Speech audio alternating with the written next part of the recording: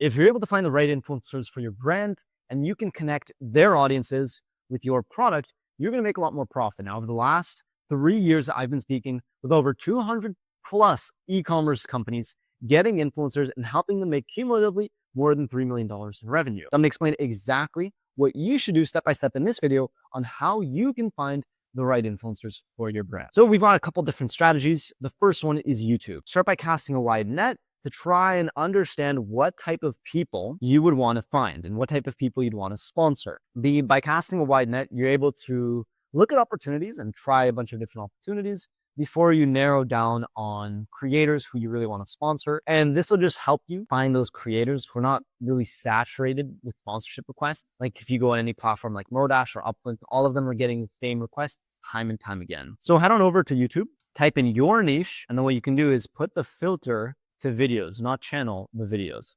Then control A these videos and go into ChatGPT and tell it which of these videos relate to my target audience, and then describe your target audience. Now, of course, you only need to get 5-10 influencers at a time this way, and it's not good for mass outreach, but it's a good starting point because then you can get those people's ICPs and the characteristics which link all of them, and then you can put that into an AI-powered search tool, or as I'm going to explain later in the video, how you can make your own database for finding influencers.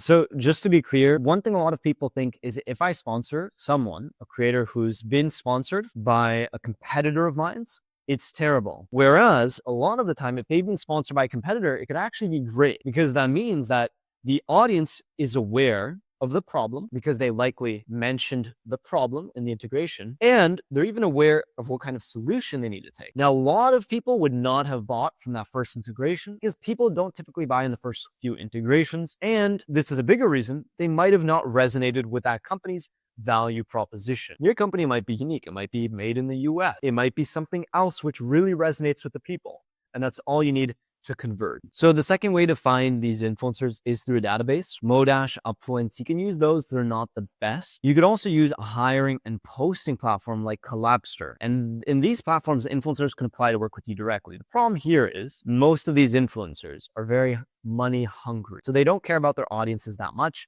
They're just focused on getting deals. Now, the limitations you should keep in mind are the following. If you're using something like Modash, it's only going to give you a couple thousand searches at a low plan, and then you have to start paying real money to get access to more volume. Now, the problem is, out of those 1,000 searches, a lot of them are going to be from developing countries. It's probably not going to align with your targeted market, which is likely the US. And also, a lot of the time, you're going to see inconsistent metrics. All of these tools have their own way of calculating engagement. You don't know what it's doing. If they're calculating engagement, like views plus like, comments divided by subscribers, whatever the formula is, all of that are based on metrics that you can easily buy. You can buy fake likes, you can buy fake comments, you can buy fake subscribers. So you have to be wary. So these are the popular influencer platforms that you can use if you are going to be trying to find influencers through them, but be warned of the caveats that I mentioned prior. Better option than the third option is to build your own database. You're going to start by scraping YouTube videos. You can use a tool like Apify. Simply make an account. The lowest pay plan is $50, which is much cheaper than all of the platforms. Then you can find a tool like this, which gives you pretty much unlimited usage for $30 a month, and download a bunch of YouTube videos and save them. And what you're going to be able to do here is now put these in a sheet and then filter it out by the creators that you like most. Then once it's in the spreadsheet, you can just analyze it with the plugin like GPT for Sheets and categorize each channel if it belongs to your target audience and if it aligns with them, or if it does not. Now, if you do build your own database, which is something that we've done over here, by the way, with over, I believe, 157,000 creators exclusively from the US and above 5,000 subscriber counts. And this is only on YouTube too, because that has the highest conversion rate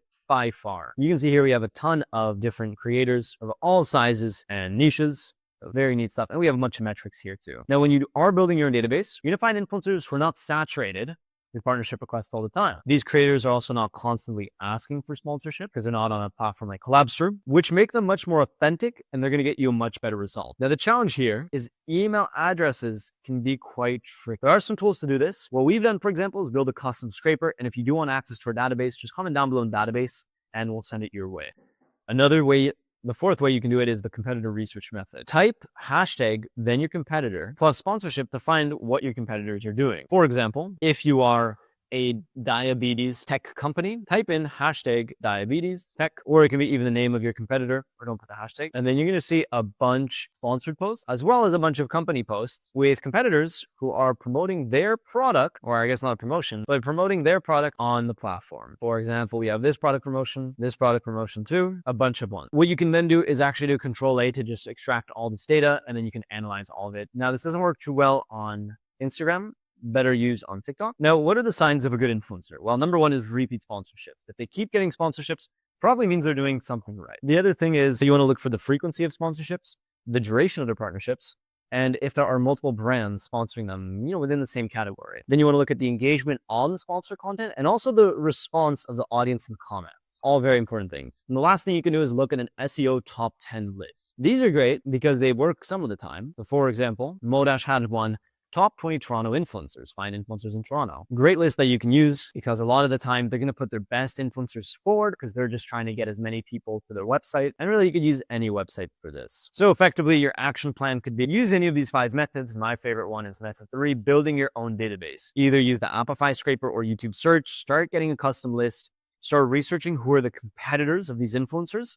Make sure you vet them. You look at some things like repeat sponsors. I don't know why people don't do this, but you want to look at how many times a company sponsors the same influencer again and again. Easiest signal for a successful partnership. Then you want to start small and then just keep going your way from there and optimizing the path.